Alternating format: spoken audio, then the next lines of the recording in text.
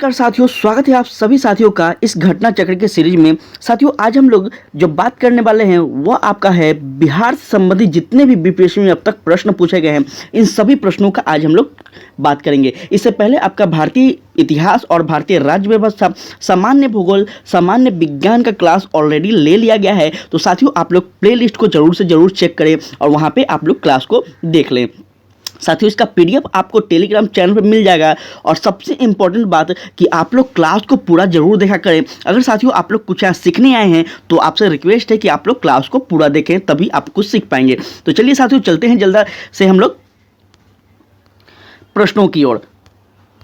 ध्यान दीजिएगा साथियों, यहाँ बिहार राज्य से संबंधित प्रश्न में सबसे पहले आज का जो होगा आपका टॉपिक वह बिहार का भूगोल होगा।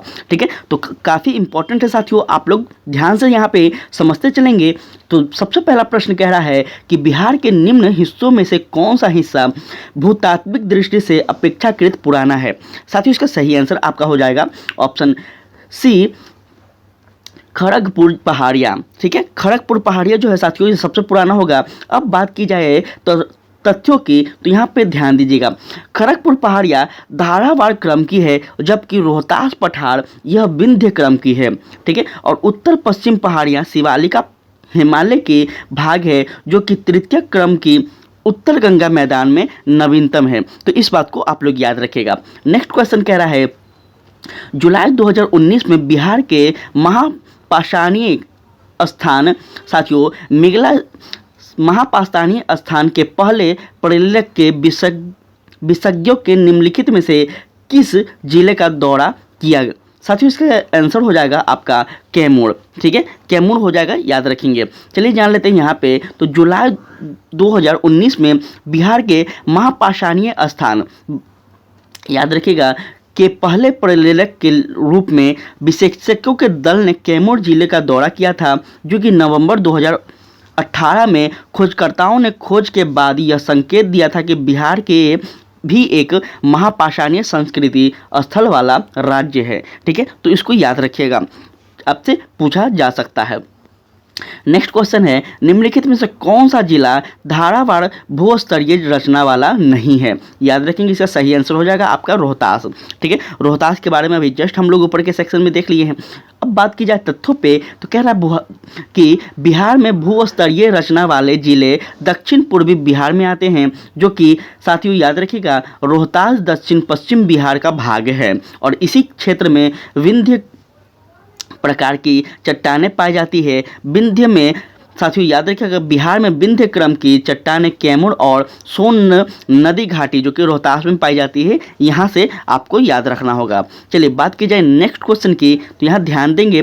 नेक्स्ट प्रश्न कर रहा है साथियों यहाँ पे, बिहार के निम्न जिलों में से किसे जिले में ही पीडमोट स्वेपन मिट्टी पाई जाती है। साथियों, पीडमोट स्वेपन मिट्टी पाई जाती है कहाँ पे, तो याद रखेंगे यह आपका पश्चिम चंपारण हो जाएगा।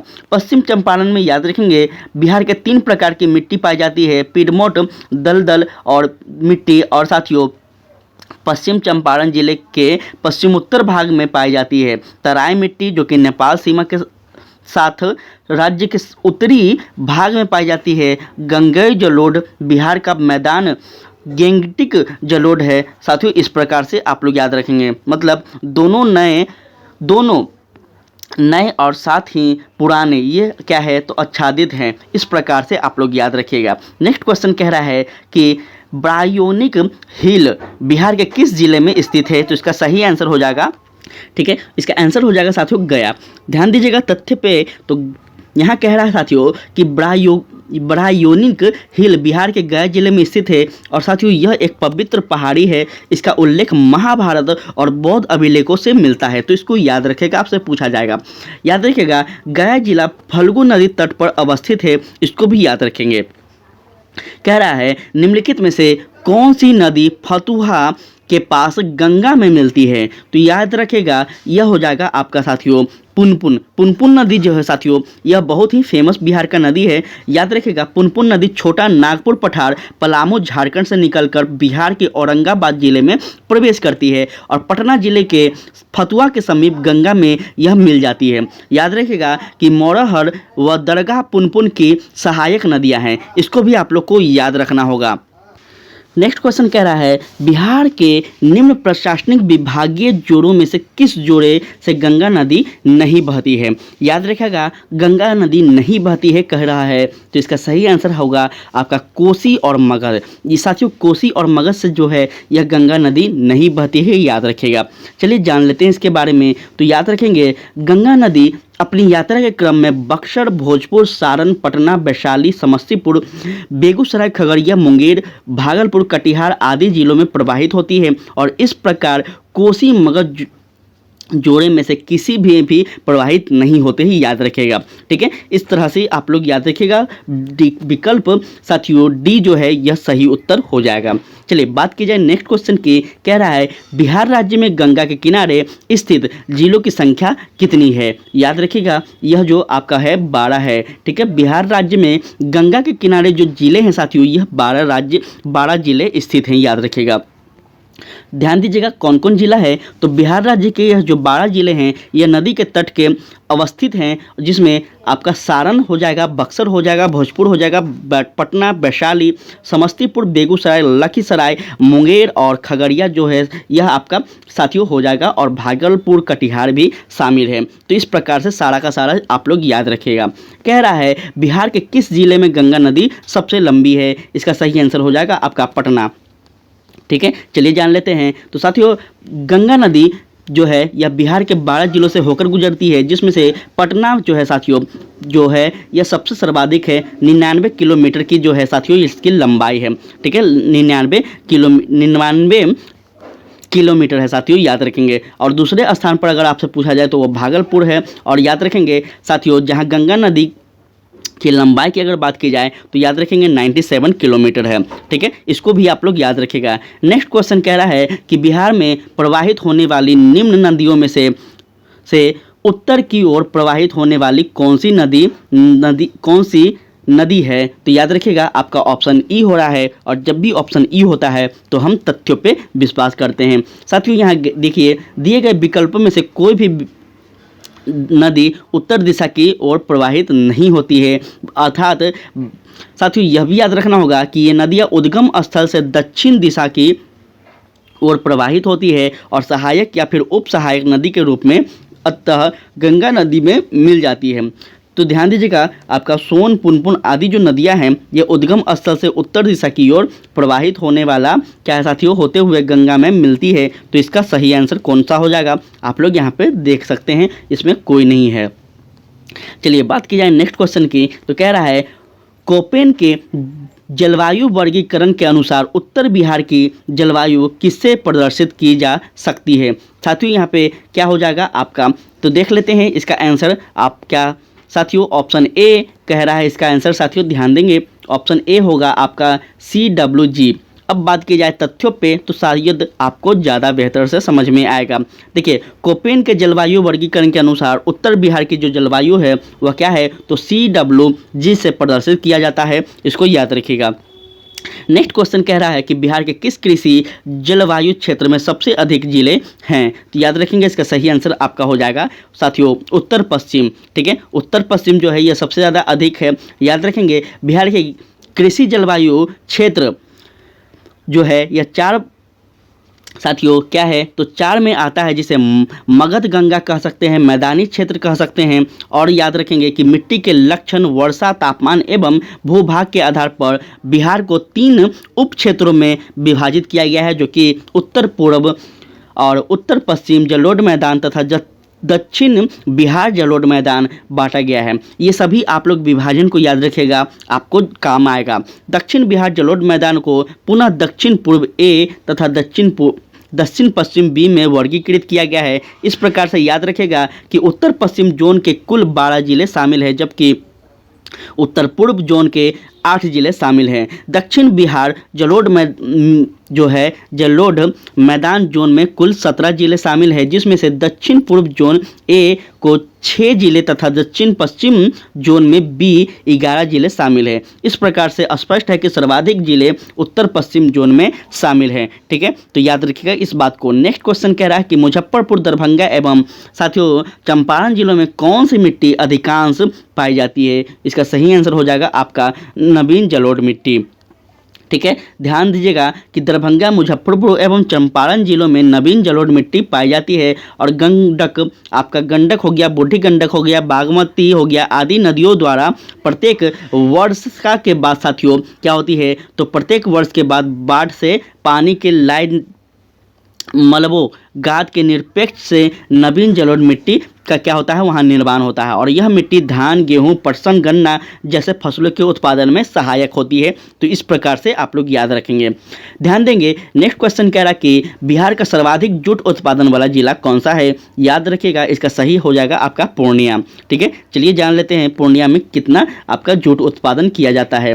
तो कह रहा है जूट का सर्वाधिक उत्पादन बिहार राज्य के पूर्णिया जिला में होता है। और जूट की खेती बिहार के आर्द्र क्षेत्र में होती है। इसकी उपज के लिए साथियों याद रखेंगे उच्च आर्द्रता, उच्च तापमान और उपजाऊ जलोढ़ मिट्टी, हल्की वर्षा।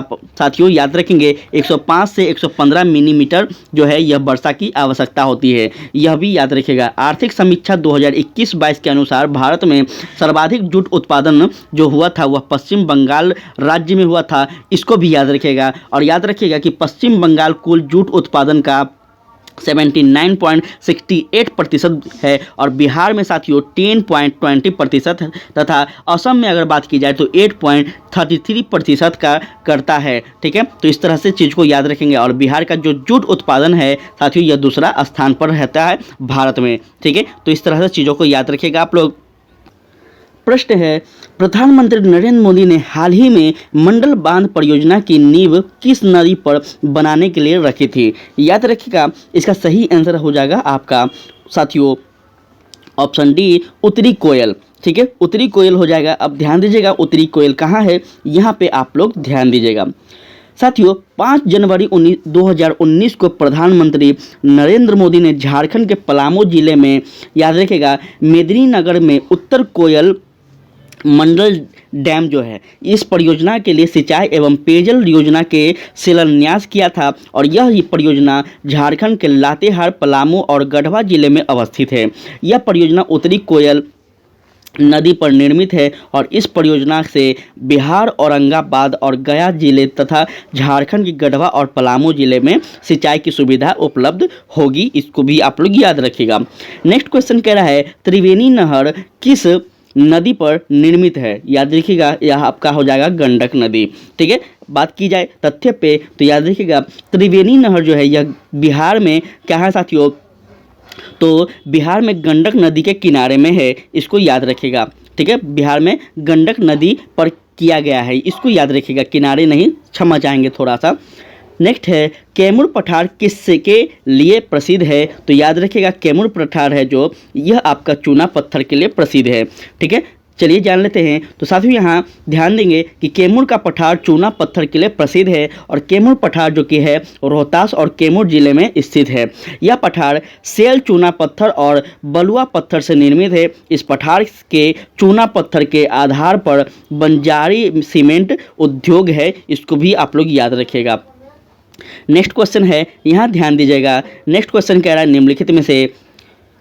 निम्नलिखित झीलों में से कौन सी बिहार में स्थित है। याद रखेंगे बिहार में जो है वह आपका कौन है, तो ऑप्शन ए अनुपम झील जो है यह स्थित है। कहाँ पे स्थित है, तो ध्यान दीजिएगा अनुपम झील जो है यह कैमूर बिहार में स्थित है। यह झील कैमूर वन्य जीव अभ्यारण्य की सीमा में स्थित है। इसको भी याद रखेगा। और कैमूर वन्य अभ्यारण्य बिहार के कैमूर जिले में स्थित कैमूर पहाड़ी श्रृंखला के बीच उत्तर प्रदेश की सीमा के पास सोन नदी के पश्चिम तट पर भभुआ निकट स्थित है। यह भी याद रखिएगा, पूरा आपको डिटेल में बताया गया है। याद रखेंगे कैमूर वन्य जीव अभ्यारण्य बिहार का सबसे बड़ा वन्य जीव अभ्यारण्य है। यह भी बात आपके लिए एक पॉइंट है। ठीक है, और सांभर झील राजस्थान में साथियों जयपुर पर निकट स्थित है। और सुखना झील चंडीगढ़ में है तथा कामा झील जो है यह हरियाणा में स्थित है। तो इस प्रकार से चीज़ों को याद रखिएगा। कह रहा है नेक्स्ट क्वेश्चन कि उत्तर बिहार किसके लिए प्रसिद्ध है। तो याद रखिएगा आपका बाढ़ के लिए। उत्तर बिहार में आप हमेशा देखते होंगे कि क्या होता है साथियों इस प्रकार से, तो उत्तर बिहार में हमेशा बाढ़ की समस्या देखने को मिलती है। और दक्षिण बिहार में दक्षिण बिहार में साथियों सुखाड़ की समस्या देखने को मिलती है। ठीक है, उत्तर बिहार में कई नदियां बहती है जो कि गंगा नदी में मिलती है। इस क्षेत्र में प्रति वर्ष बाढ़ आने के कारण यहाँ की फसल तथा जनजीवन अस्त व्यस्त हो जाता है, इसको याद रखिएगा। बिहार के क्षेत्रफल में कुल बोई गई भूमि का प्रतिशत डैश है कितना, तो याद रखिएगा आपका यहाँ पे आंसर नहीं दिया गया है। और जब भी आंसर नहीं रहता है हम आपको तथ्य समझाने पे ज़्यादा जोर देते हैं। याद रखिएगा बिहार जो है ये आर्थिक समीक्षा 2021-22 के अनुसार 2019-20 में साथियों राज्य में कुल बोई गई भूमि जो थी वह कितना था, तो याद रखेंगे 7,296.81 हजार हेक्टेयर थी, और जो कि राज्य के कुल भौगोलिक क्षेत्रफल का कितना प्रतिशत हिस्सा था, तो याद रखेंगे 77.9% था। ठीक है, इस प्रकार से चीज़ों को याद रखेंगे। और आपका यहाँ पे ऑप्शन नहीं दिया गया है इसलिए हम आपको तथ्य बताए थे, याद रखिएगा इस चीज़ को। चलिए नेक्स्ट क्वेश्चन कह रहा है बिहार में कोयले का अनुमानित भंडार है कहाँ पे, तो याद रखिएगा कितना है, तो याद रखिएगा 16 करोड़ टन है। कितना है, 16 करोड़ टन है, इस बात को याद रखिएगा। बिहार से अलग झारखंड राज्य बन जाने के कारण बिहार राज्य में प्राकृतिक संसाधनों में भारी कमी आई है और बिहार में कोयले का प्रमाणित जो भंडार है वह शून्य है, परंतु अनुमानित भंडार 16 करोड़ टन साथियों 107 मिलियन टन है, इसको याद रखिएगा। ठीक है, नेक्स्ट क्वेश्चन की बात कीजिए तो कहता है बिहार में कितना वर्ग मीटर वन क्षेत्र है, याद रखिएगा कितना वर्ग मीटर है, तो इसका आंसर यहाँ पे एक्सप्लेन नहीं किया गया है, तो आपको तथ्य पे हम जोड़ देंगे। ध्यान दीजिएगा, यहाँ पे ध्यान दीजिएगा उपयुक्त प्रश्न एवं उसके दिए गए विकल्प दोनों गलत हैं, याद रखिएगा, इसलिए हम आपको ऊपर आंसर नहीं बताएं। ध्यान दीजिएगा यहाँ पे कि इस प्रश्न का सही उत्तर विकल्प के रूप में दोनों संभव नहीं है, और बिहार में वन क्षेत्र की सही वस्तु स्थित इस प्रकार है। भारत वन स्थित रिपोर्ट 2021 के अनुसार बिहार का कुल रिकॉर्डेड वन क्षेत्र 7,442 वर्ग किलोमीटर है, जो कि बिहार के कुल भौगोलिक क्षेत्रफल का 7.90% है। वह उपग्रहीय आंकड़े से प्राप्त बिहार का वन क्षेत्र याद रखेंगे आपका 7,380.79 वर्ग किलोमीटर हो जाएगा साथियों, इसको याद रखिएगा। 7.84% है, इसको याद रखिएगा। ठीक है, यहाँ पे एक बात और याद रखिएगा कि संघन वन क्षेत्र जो है यह कितना है, तो याद रखिएगा 333.42 वर्ग किलोमीटर है। मध्य संघन वर्ग जो है यह आपका 3,285.83 वर्ग किलोमीटर है, और खुले वन जो है यह आपका 3,761.54 वर्ग किलोमीटर है। साथियों क्षेत्र में फैले हुए थे, और बिहार के सर्वाधिक बनावरण क्षेत्र वाले जिले भभुआ जो कि कैमूर, पश्चिम चंपारण एवं रोहतास तथा न्यूनतम बनावरण क्षेत्र वाले जिले शेखपुरा, अरवल, जहानाबाद है, याद रखेगा। सर्वाधिक बनावरण प्रतिशत वाले जिले जो है यह भभुआ आपका हो जाएगा, जमुई, नवादा। व न्यूनतम अगर पूछा जाए तो यह न्यूनतम में आपका शेखपुरा, सिवान और बक्सर हो जाएगा। तो इस प्रकार से चीज़ों को समझिएगा, फिर आप लोग आंसर को सही कीजिएगा। चलिए नेक्स्ट क्वेश्चन कह रहा है कि बिहार राज्य के कुल भौगोलिक क्षेत्र की तुलना में समस्त वन क्षेत्र का प्रतिशत है वह कितना है, तो यहाँ पे ऑप्शन ई दिया गया है, तो फिर से आपको तथ्य समझाना होगा। कह रहा है भारत वन स्थित रिपोर्ट ISFR 2021 के अनुसार बिहार में कुल भौगोलिक क्षेत्र का जो है वह वन्य क्षेत्र कितना है, तो 7.84% है। ठीक है, क्या आपका यहाँ पे आंसर था? नहीं था, यहाँ पे आप लोग देख सकते हैं, इसलिए साथियों ध्यान दीजिएगा इस बात को। नेक्स्ट है निम्नलिखित में से कौन सा जिला सबसे अधिक घने पतझड़ वाले वन क्षेत्र से घिरा है, याद रखेंगे यह आपका पश्चिम चंपारण हो जाएगा। ठीक है, चलिए जान लेते हैं। तो कह रहा है कि पश्चिम चंपारण सबसे अधिक घने पतझड़ वनों से घिरा है, और भारत वन स्थिति रिपोर्ट 2021 के अनुसार साथियों पश्चिम चंपारण में कुल वन था वह कितना था, तो याद रखेंगे 904.66 वर्ग किलोमीटर था, और यह भी याद रखिएगा जिसमें 249.34 जो था यह अति संघन, और 548.37 मध्य संघन, और 105.53 वर्ग किलोमीटर खुले वन थे। इसको आप लोग डिटेल में याद रखिएगा। ठीक है, नेक्स्ट क्वेश्चन कह रहा है निम्नलिखित में से कौन सा शहर बिहार के सबसे पूर्वी भाग में स्थित है, तो याद रखिएगा आपका सही हो जाएगा कटिहार। कटिहार जो है यह सबसे पूर्वी भाग में स्थित है, इस प्रकार से याद रखिएगा आप लोग। थोड़ा सा हम आपको समझाने का प्रयास कर रहे हैं, अपना बिहार जो है यह इस प्रकार का नहीं है, बहुत ही सुंदर है। तो इस प्रकार से साथियों कटिहार इस साइड में है, ठीक है, याद रखिएगा। चलिए जान लेते हैं कटिहार के बारे में। तो ध्यान दीजिएगा यहाँ पे कहता है बिहार के सबसे पूर्वी भाग में कटिहार स्थित है। कटिहार के दक्षिण पश्चिम में भागलपुर तथा दक्षिण पूर्व में पूर्णिया और पटना लगभग मध्य भाग में स्थित है। मानचित्र से स्पष्ट है कि कटिहार बिहार के सबसे पूर्वी भाग में स्थित है, इसको याद रखेगा। नेक्स्ट क्वेश्चन कह रहा है बिहार का कुल भौगोलिक क्षेत्रफल है वह कितना है। तो यहाँ पे आंसर फिर से नहीं दिया गया है, तो आपको समझाना होगा।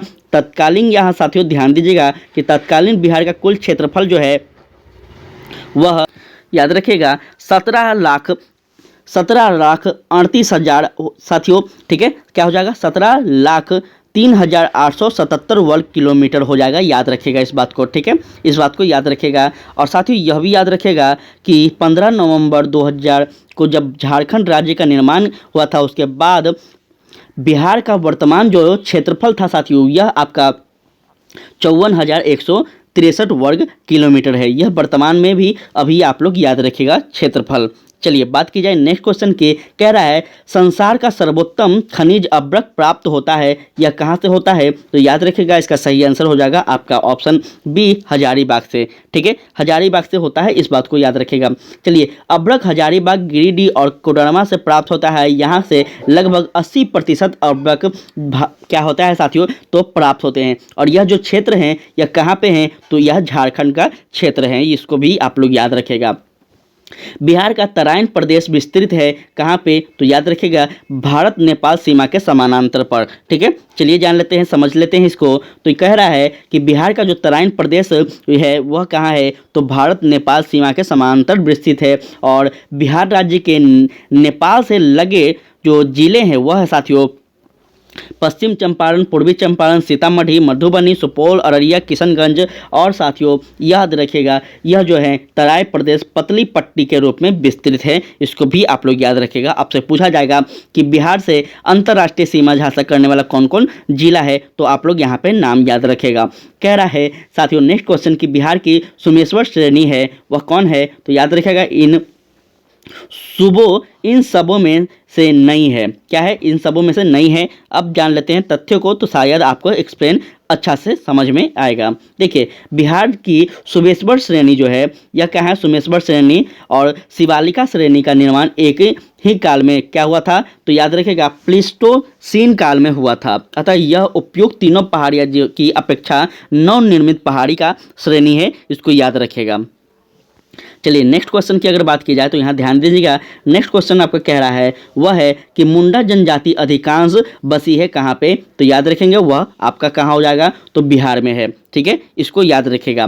चलिए तत्कालीन बिहार के कटिहार, रांची और पश्चिम सिंहभूम, पलामू, पूर्वी सिंहभूम और गुमला जिले में मुंडा जनजाति क्या है सबसे अधिक पाई जाती है। साथियों 15 नवंबर 2000 को जब बिहार से राज्य से अलग हो गया था झारखंड, उसके पश्चात मुंडा जनजाति जो है वह बिहार की 5वीं सबसे अधिक जनसंख्या वाली जनजाति थी। और याद रखिएगा ये झारखंड राज्य में जनजाति की कुल संख्या कितनी है, तो साथियों याद रखेंगे जनसंख्या की दृष्टि से मुंडा जनजाति तीसरी सबसे बड़ी जनजाति है। यह भी याद रखिएगा कि झारखंड में कुल 32 जनजातियां हैं जिसके बारे में झारखंड स्पेशल में पढ़ा जाता है, ठीक है, तो इसको भी आप लोग याद रखिएगा।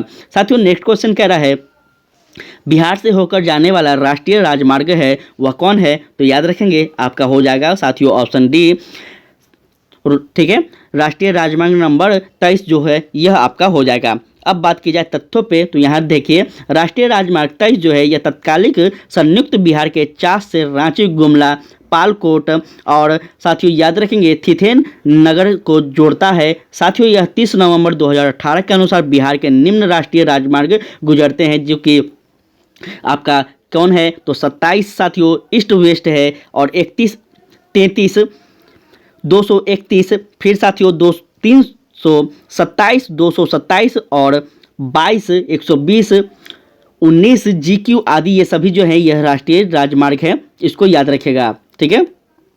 बिहार में राष्ट्रीय राजमार्गों की जो संख्या है वो साथियों कुल लंबाई है वह कितना है, तो याद रखिएगा इसकी जो कुल लंबाई है यह है आपका 5,940 किलोमीटर। और राष्ट्रीय राजमार्ग जो है यह संख्या जो है इसकी लंबाई सबसे क्या है, सबसे लंबाई इसकी जो है क्या है, तो याद रखिएगा आपका 487 किलोमीटर है, इसको भी आप लोग याद रखिएगा। नेक्स्ट क्वेश्चन कह रहा है बिहार में राष्ट्रीय मार्गों की कुल लंबाई कितनी है, तो याद रखिएगा इसका आंसर नहीं दिया गया है, तो एक आंसर आपके लिए हम छोड़कर जा रहे हैं। आप लोग इसका आंसर कमेंट में पता करके जरूर बताइएगा, ठीक है। क्वेश्चन नंबर आपका 32 आपके लिए होमवर्क है। कह रहा है छोटा नागपुर के जंगल में क्या है, तो याद रखिएगा छोटा नागपुर के जो जंगल है वहाँ पर क्या होगा, तो ऑप्शन सी इसका सही आंसर होगा साथियों। याद रखिएगा आपका पतझड़ है और क्या है, तो याद रखिएगा सवाना है, दोनों सही हो जाएगा। अब बात की जाए तथ्यों पे तो ध्यान दीजिएगा यहाँ पे, तो आपको समझ में अच्छे से आ जाएगा। कहता है छोटा नागपुर में के जंगल में मुख्यतः वर्णपाती वनस्पति पाई जाती है, जिसमें महुआ, खैर, समेल, शीशम, आम, बरगद प्रमुख है। और साथ ही यहाँ सवाना प्रकार के वन भी पाए जाते हैं, जिसमें घास भूमियों के क्षेत्र में यत्र तंत्र वृक्षों की उपस्थिति सवाना प्रकार के वन की विशेषताएं हैं। तो इस प्रकार से चीज़ों को याद रखेंगे। उम्मीद करते हैं कि आपको समझ में सारा का क्वेश्चन आ रहा होगा। नेक्स्ट है कि बिहार में भारी मशीन निर्माण प्लांट स्थित कहाँ है, तो याद रखिएगा इसका सही आंसर होगा आपका रांची में, ठीक है।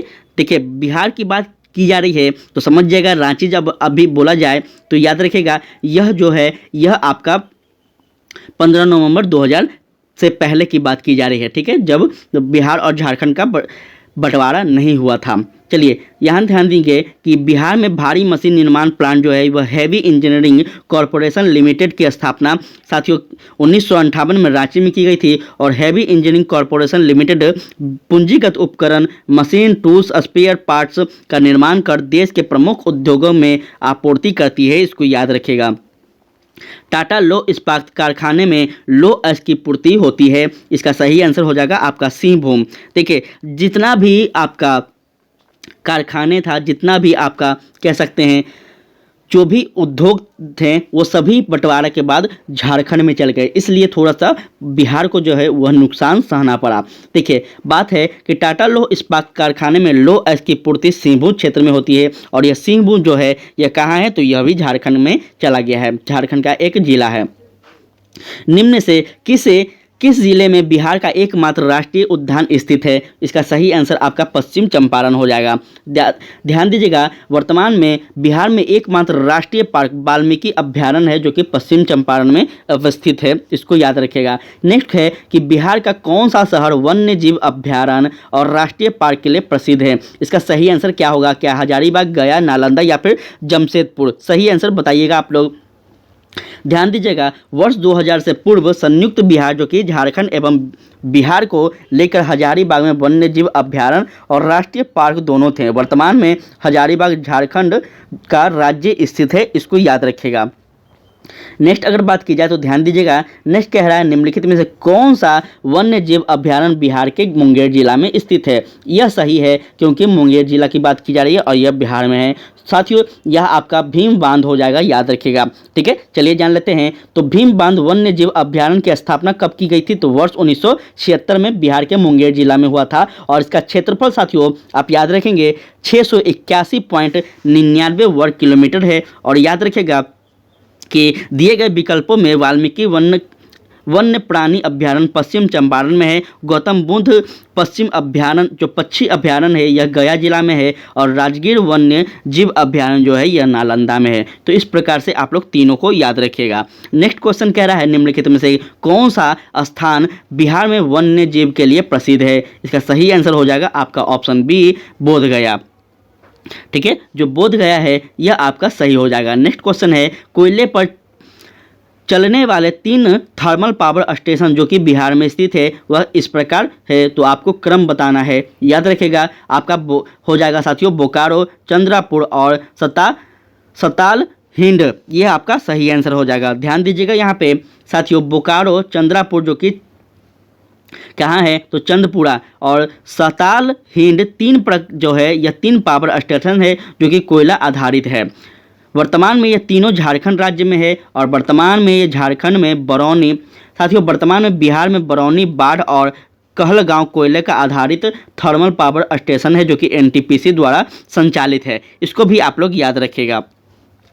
नेक्स्ट है कि बिहार में मेथन उत्पादन करता है। याद रखिएगा, इसका सही आंसर हो जाएगा आपका ऑप्शन बी, जल शक्ति। ठीक है, जल शक्ति जो है इसका सही। मेथन डैम का निर्माण दामोदर की सहायक बराक नदी पर किया गया है और यहाँ पर जल विद्युत संयंत्र की स्थापना की गई है। मेथन बांध जो है यह झारखंड के धनबाद जिला में, जबकि मेथन जल विद्युत स्टेशन आपका पश्चिम बंगाल में स्थित है। तो यहाँ पे आप लोग गलती मत कीजिएगा, दोनों नाम एक ही हैं लेकिन अलग अलग चीज़ हैं और अलग अलग राज्य में हैं। चलिए नेक्स्ट क्वेश्चन कह रहा है कि पुराना बिहार का कितना प्रतिशत जमीन लेकर झारखंड राज्य बना था। आप सबको पता होना चाहिए कि जो झारखंड का विभाजन हुआ था तो बिहार राज्य में से कितना प्रतिशत भूभाग दिया गया था, तो आपका 45.85%। ठीक है, कहीं कहीं 54% भी मिलता है, तो आप लोग ऑप्शन के साथ इसको ध्यान दीजिएगा। चलिए, झारखंड राज्य बनने से पूर्व संपूर्ण बिहार का क्षेत्रफल कितना था, तो अभी हम आपको बता दिए थे 17 लाख साथियों, 17,03,877 था वर्ग किलोमीटर था। और इनमें से याद रखिएगा कि आपका साथियों क्या था, 79,740 वर्ग किलोमीटर जो है यह आपका क्या था साथियों। तो याद रखेंगे, यह जब बिहार से झारखंड अलग हुआ था तो उसको दिया गया था इतना भूभाग, इसको याद रखेगा। और पुराने बिहार राज्य का अगर बात की जाए तो 45.84% जमीन लेकर झारखंड राज्य बना। वर्तमान में बिहार का कुल क्षेत्रफल आपको बता दिया गया है 94,163 वर्ग किलोमीटर। नेक्स्ट बात की जाए तो झारखंड बनने के पश्चात बिहार में लगभग कितने जिले रह गए थे, यह आपका हो जाएगा साथियों ऑप्शन ए 37। ठीक है, चलिए, झारखंड बनने के पश्चात बिहार में 37 जिले रह गए थे और झारखंड निर्माण से पूर्व बिहार में 55 जिले थे। नवनिर्मित झारखंड में साथियों 18 जिला जो था वह बिहार से दिया गया था। वर्तमान में जो बिहार के जिले हैं वह आपका 38 हैं। 38वां जिला कौन बना है, तो अरवल बना है, जो कि 2001 में जहानाबाद को विभाजित करके बनाया गया था।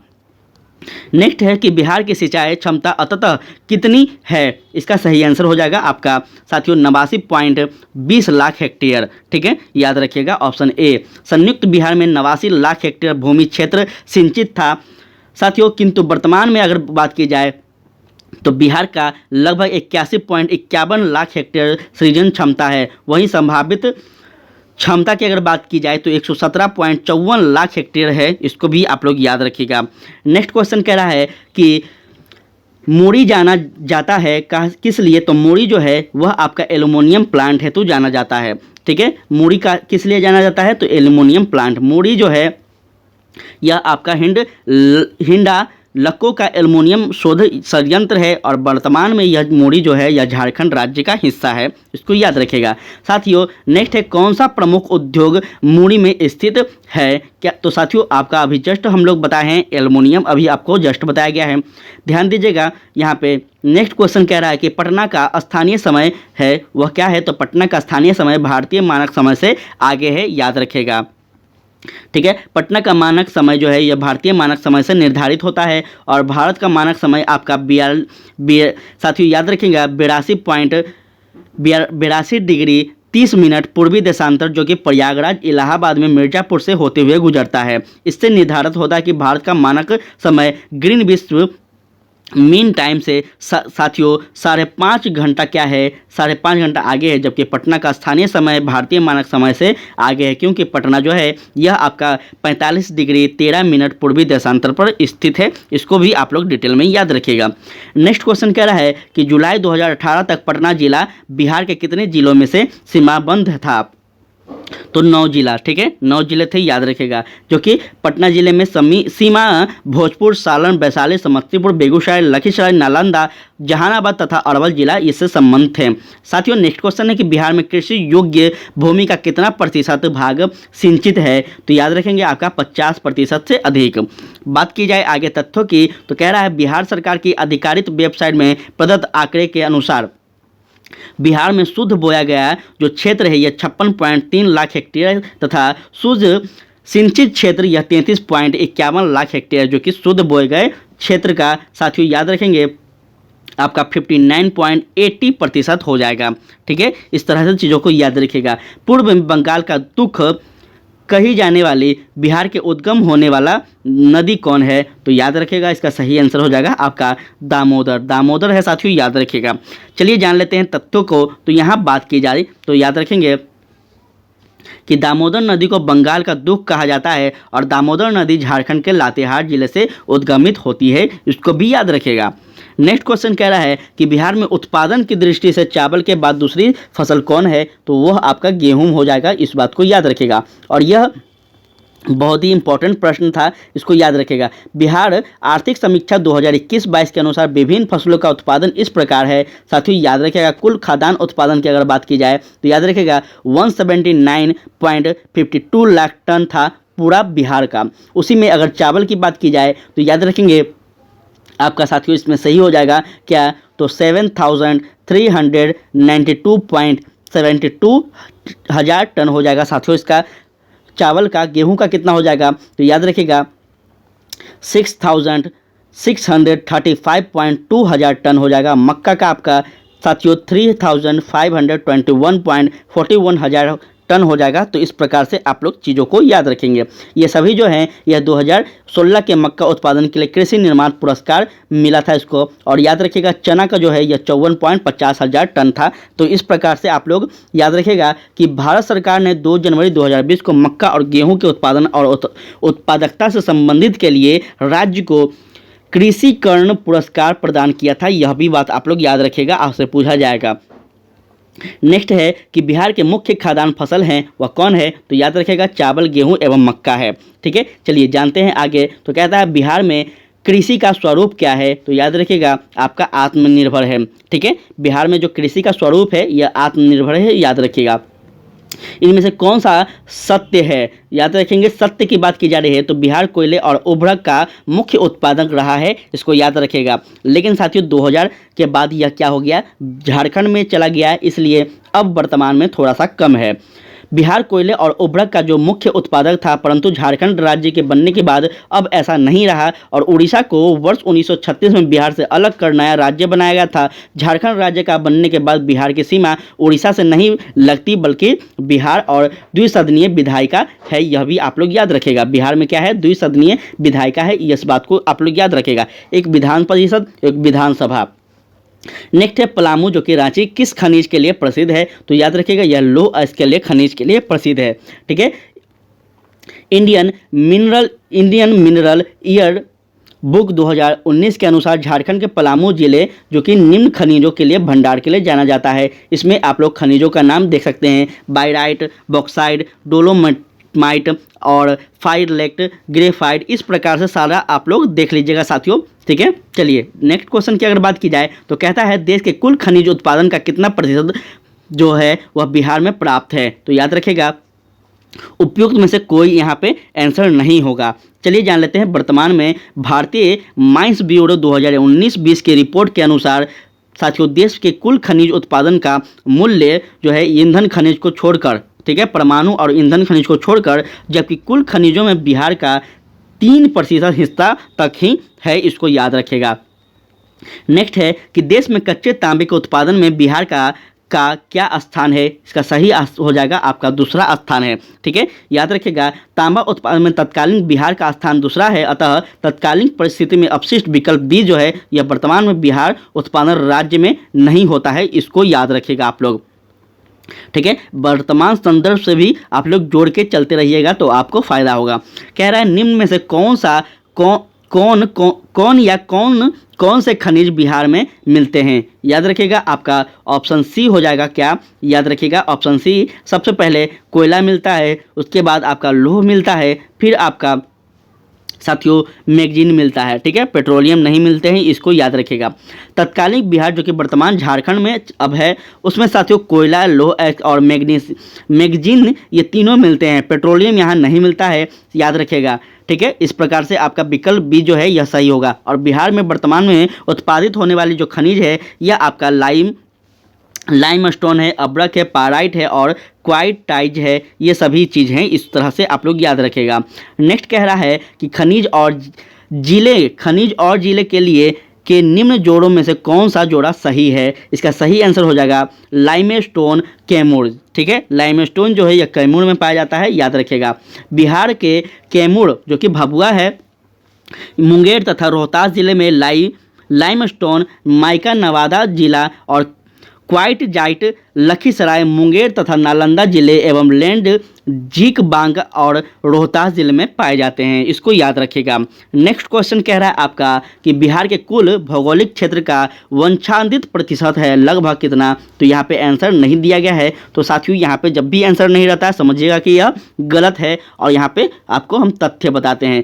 कह रहा है प्रश्न काल में साथियों 1997 की वन स्थिति रिपोर्ट के अनुसार बिहार के जो कुल भौगोलिक क्षेत्रफल था वह कितना क्षेत्र था, वह कितना था? तो 15.7 वंशादित था। और भारतीय वन रिपोर्ट 2021 के अनुसार बिहार के भौगोलिक क्षेत्र के 7.84 भाग पर वन है। इसको याद रखिएगा। ठीक है, तो यहाँ पे आपका ऑप्शन नहीं दिया गया, अर्थात यह आंसर आपका गलत था।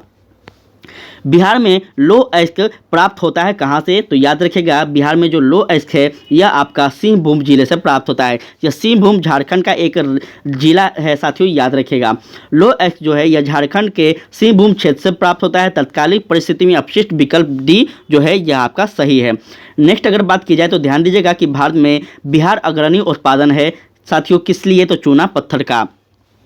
ठीक है, झारखंड के पृथक हो जाने के बाद वर्तमान में बिहार में चूना पत्थर का उत्पादन होता है, और दिए गए खनिज में बिहार में सर्वाधिक चूना पत्थर का उत्पादन होता है। इसको याद रखिएगा। भारत में निम्नलिखित के उत्पादन में बिहार का एकाधिकार है, किस लिए? तो पाइराइट के लिए। ठीक है, पाइराइट के लिए है, इसको याद रखिएगा। नेक्स्ट क्वेश्चन है आपका साथियों कि बिहार के किस जिले में अभ्रक का भंडार है? वो आपका हो जाएगा किस में? तो याद रखिएगा यहाँ पे उपयुक्त में से कोई नहीं या फिर उपयुक्त में से सभी है। तो याद रखिएगा आपको क्या है कि इंडियन मिनरल्स ईयर बुक 2019 के अनुसार बिहार के नवादा जिले में अभ्रक का भंडार है। तो साथियों यहाँ पे नवादा है क्या? साथियों नवादा यहाँ पे नहीं है, इसका मतलब आपका आंसर गलत था, उपयुक्त में से कोई नहीं। झारखंड का लो उत्पादन में सर्वाधिक महत्वपूर्ण जिला कौन सा है? याद रखेंगे, इसका सही आंसर हो जाएगा आपका ऑप्शन साथियों डी, सिंहभूम। ठीक है, सिंहभूम हो जाएगा, याद रखिएगा। झारखंड का सिंहभूम जो है यह क्षेत्रफल लौह अयस्क के उत्पादन में सर्वाधिक महत्वपूर्ण स्थान रखता है, और यहाँ से प्राप्त लौह अयस्क का उपयोग जमशेदपुर और बोकारो इस्पात लौह में किया जाता है। नेक्स्ट क्वेश्चन कह रहा है उद्योग और स्थान के निम्न जोड़ों में से कौन सा जोड़ा सही नहीं है? इसका सही आंसर हो जाएगा आपका ऑप्शन डी, रेल डिब्बा और अभियांत्रिक जो कि भागलपुर है, यह आपका जो है यह सही नहीं है। साथियों यह जितने भी प्रश्न आपको बताया जा रहा है यह सारा का सारा प्रश्न बीपीएससी के द्वारा पूछे गए हैं और 100% आगे भी पूछे जाएंगे। ध्यान दीजिएगा तथ्य पे कि रेल डिब्बा और अभियांत्रिक जो उद्योग मुजफ्फरपुर और मोकामा में स्थित है, और इस चीज़ को आप लोग याद रखिएगा, इसलिए इसका क्या था? सही नहीं था। चलिए जानते हैं आगे कि हम लोग प्रश्नों को। तो कह रहा है कि बिहार राज्य अवस्थित है निम्न देशांतर के मध्य, कहाँ पे? तो याद रखिएगा लगभग 80 डिग्री पूर्व से लेकर 88 डिग्री पूर्व। ठीक है, सॉरी साथियों, आपका ऑप्शन नंबर डी कह रहा है इनमें से कोई नहीं। अब इनमें से कोई नहीं है तो आपको तथ्य समझाना हम चाहते हैं। ध्यान दीजिएगा बिहार राज्य जो है वो आपका 83 डिग्री 19 मिनट 50 सेकंड पूर्व से लेकर 88 डिग्री 17 मिनट साथियों 40 डिग्री पूर्वी देशांतर के मध्य स्थित है। इसको याद रखिएगा। इसमें से आपका कोई आंसर नहीं था। बिहार की सीमा से लगने वाला भारत के राज्यों की संख्या कितनी है? तो याद रखेंगे इनमें आपका आंसर नहीं दिया गया है, और जब भी नहीं रहता है तो हम आपको तथ्य बताते हैं। विभाजन के पश्चात बिहार की सीमा स्पष्ट करने वाला भारतीय राज्य आपका उत्तर प्रदेश हो जाएगा, पश्चिम बंगाल और झारखंड हो जाएगा। इसको याद रखिएगा।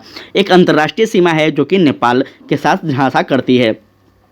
बिहार में दामोदर प्रवाहित होती है कहाँ से? तो याद रखेंगे आपका एक भ्रंश घाटी में, इसका याद रखिएगा। ठीक है, दामोदर जो है दामोदर जिसे बंगाल का शोक कहते हैं, इसका उद्गम छोटा नागपुर पठार से होता है और यह भ्रंश घाटी से होकर प्रवाहित होती है। इसको याद रखेगा। निम्नलिखित नदियों में से कौन बिहार में गंगा से मिलती है? तो याद रखेंगे आपका ऑप्शन ए हो जाएगा साथियों। पहले गंडक है, फिर आपका सोन है, फिर आपका घाघरा, उसके बाद पुनपुन है। तो इस प्रकार से आप लोग सम्मिलित कीजिएगा। गंडक जो है वह पहलेजा घाट पटना नामक स्थान से निकट है। घाघरा जो कि रेविलगंज सारण के निकट है। सोन पटना के निकट तथा पुनपुन जो है ये फतुआ नामक स्थान से क्या होता है साथियों, तो गंगा में मिलता है। नेक्स्ट है कि बिहार का पहला रामसर स्थल कौन सा है। इसका सही आंसर हो जाएगा आपका कांवर झील। ठीक है, कंवर झील हो जाएगा, याद रखिएगा। चलिए जान लेते हैं तथ्यों को। तो साथियों जुलाई 2020 में कंवर तल्ला या कांवर झील को बिहार का पहला रामसर स्थल घोषित किया गया। यह झील बिहार के बेगूसराय जिले में स्थित है और मई 2022 तक भारत में कुल 49 रामसर आद्र स्थल घोषित किए गए हैं। इसको भी आप लोग याद रखिएगा। छोटा नागपुर में प्रारंभिक स्तर पर अर्थव्यवस्था आधारित है। छोटा नागपुर में प्रारंभिक स्तर पर अर्थव्यवस्था आधारित थी, वह क्या था, तो याद रखेंगे वनों पर। ठीक है, चलिए जान लेते हैं। तो साथियों छोटा नागपुर में प्रारंभिक स्तर पर अर्थव्यवस्था वन पर आधारित थी। छोटा नागपुर पठारी इलाका है, यहाँ कृषि कार्य सहज नहीं है। प्रारंभ में तकनीकी विकास के अभाव से न तो यहाँ उद्योग विकसित था और न ही खनन कार्य संभव था। ठीक है, नेक्स्ट क्वेश्चन है 17वीं शताब्दी में बिहार में सोने की खान कहाँ स्थित थी। इंपॉर्टेंट है, इसका सही आंसर हो जाएगा आपका पटना। ठीक है, पटना हो जाएगा साथियों, याद रखिएगा। बात की जाए तथ्यों की तो रॉल्फ फिच के अनुसार पटना में लोग कुछ खास स्थानों में गहरी खाई खोदकर बड़े बड़े कटोरों में मिट्टी को धोकर स्वर्ण का क्या करते थे, कप प्राप्त करते थे। इसको याद रखिएगा। किनके द्वारा कहा जाता है, तो रॉल्फ फिच के अनुसार यह कथन कहा गया है, आपसे पूछा जाएगा। निम्नलिखित में से बिहार के कौन से जिले के कुछ इलाके पश्चिम बंगाल को दिए गए थे। याद रखिएगा, पश्चिम बंगाल को जो दिया गया था इलाका वह आपका पूर्णिया और साथियों मानभूम का क्षेत्र था। ठीक है, याद रखिएगा। वर्ष 1956 में राज्य के पुनर्गठन के समय बिहार संयुक्त बिहार के तत्कालिक मानभूम जिले और साथियों पुरुलिया जो कि अधिकांश भाग चास थाना छोड़कर अन्य साथियों तथा पूर्णिया का कुछ भाग जो था यह पश्चिम बंगाल को दिए गए थे। इसको याद रखिएगा। नेक्स्ट क्वेश्चन कह रहा है आपका, थोड़ा सा थक गए हैं साथियों, इसलिए आप लोग थोड़ा सा कोऑपरेट कीजिएगा। बिहार में जंगल फैले हुए हैं। ठीक है, बिहार में जंगल जो फैले हुए हैं वह क्या है, तो याद रखिएगा आपका ऑप्शन बी हो जाएगा। 29 लाख हेक्टेयर के क्षेत्र पर हैं, इसको याद रखिएगा। बात की जाए तथ्यों की तो यहाँ पे समझिएगा, ध्यान दीजिएगा। यहाँ पे भारतीय वन रिपोर्ट के अनुसार 1993 के अनुसार कुल 29.22 लाख हेक्टेयर क्षेत्र पर क्या है साथियों, तो जंगल थे। भारतीय वन सर्वेक्षण देहरादून की वन स्थिति रिपोर्ट 2021 के अनुसार बिहार में उपग्रह से प्राप्त आंकड़ों के विश्लेषण के अनुसार साथियों याद रखेंगे 7,380 पॉइंट साथियों 79 वर्ग किलोमीटर क्षेत्र है, जो कि 7.84% कुल क्षेत्रफल का जो है यह वनाच्छादन वन क्षेत्र है। इसको याद रखेगा। ठीक है, बिहार में क्षेत्र के प्रतिशत के रूप में कुल वन क्षेत्र हैं वह कितने हैं, तो यहाँ आंसर नहीं दिया गया है और जब भी नहीं रहता है तो आपको तथ्य हम बताने का प्रयास करते हैं। देखिए IFSR के द्वारा 1999 के अनुसार संयुक्त बिहार जो कि उस समय वनाच्छादन जो था यह 15.23% था और साथियों यह 2021 के अनुसार साथियों 7.84% वन क्षेत्र थे। इसको याद रखेगा। एशिया का सबसे बड़ा जलप्रपात हुंडू किस जगह के पास है, तो याद रखिएगा यह रांची में है। सबसे बड़ा एशिया का साथियों जलप्रपात है हुंडू जो है यह जलप्रपात रांची के निकट स्वर्ण रेखा नदी पर स्थित है। याद रखिएगा। बिहार का अधिकांश क्षेत्र आच्छादित है कहाँ पे, तो याद रखिएगा यह आपका ऑप्शन हो जाएगा बी, कछारी मिट्टी से। ध्यान दीजिएगा, बिहार का अधिकांश क्षेत्र कछारी मिट्टी या दोमड़ मिट्टी से आच्छादित है।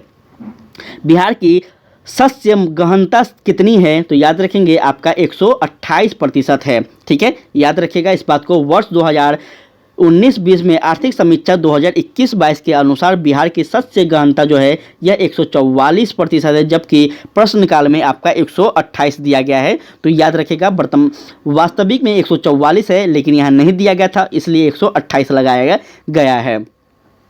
आज़ादी के बाद बिहार में सिंचित क्षेत्र बढ़ा है लगभग कितना, तो याद रखिएगा 10 गुना। ठीक है, सिंचित क्षेत्र जो है यह 10 गुना बढ़ा है। यहाँ पे आप लोग समझिएगा, आज़ादी के बाद जो है बिहार में सिंचित क्षेत्र है यह बढ़कर 10 गुना हो गया। और आज़ादी के समय कुल सृजित सिंचाई क्षमता लगभग 4 लाख हेक्टेयर थी, जो वर्तमान में 21-22 में साथियों 81.51 लाख हेक्टेयर है। साथियों, बिहार में कृषि के अंतर्गत क्षेत्र जो है यह आपका आंसर यहाँ पे नहीं दिया गया है, तो तथ्यों पे हम बात करेंगे, समझिएगा। साथियों, बिहार की आर्थिक समीक्षा 2021-22 के अनुसार वर्ष 2019-20 में साथियों 50.77 लाख हेक्टेयर वन क्षेत्र थे बिहार में कृषि के अंतर्गत। ठीक है, तो इसको आप लोग आंकड़ा को याद रखिएगा। नेक्स्ट क्वेश्चन है साथियों आपका अंतिम है, यह बिहार का ज्योग्राफी में साथियों यहाँ पे ध्यान दीजिएगा, बिहार में किस प्रकार के उद्योग की प्रत्याशा एवं संभावनाएं हैं, यह आपसे पूछा जा रहा है।